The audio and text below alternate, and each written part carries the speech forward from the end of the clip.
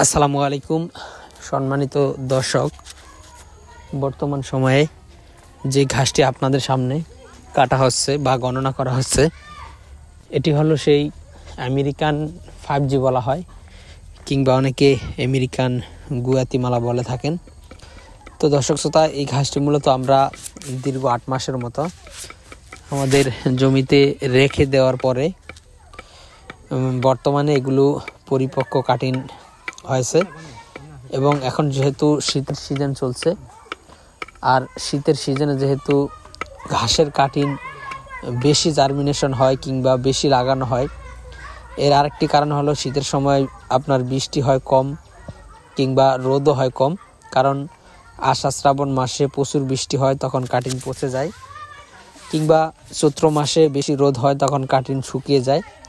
তবে শীতের শুরুতে বা শীতের সময় রোদও থাকে কম কিংবা বৃষ্টিও হয় না, যার কারণে কাটিংটা জার্মিনেশন বেশি হয়।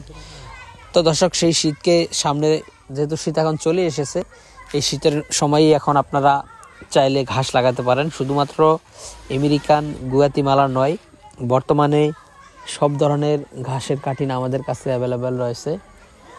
আপনারা চাইলে যে কোনো ঘাসের কাটিং আমাদের কাছ থেকে সংগ্রহ করতে পারেন। আমরা কুরিয়ার সার্ভিসের মাধ্যমে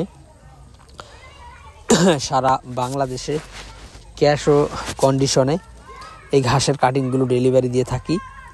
তো দর্শক শ্রোতা, এই বর্তমানে গুয়াতিমালা ঘাসগুলো একটু নতুন জাতের ঘাস।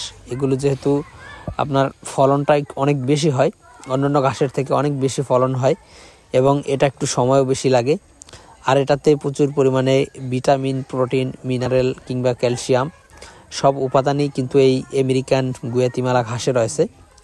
তো দর্শক শ্রোতা, আপনারা যদি চান আমেরিকান গুয়াতিমালা ঘাস চাষ করতে, তাহলে আমাদের কাছ থেকে এই ঘাসের কাটিং সংগ্রহ করতে পারেন।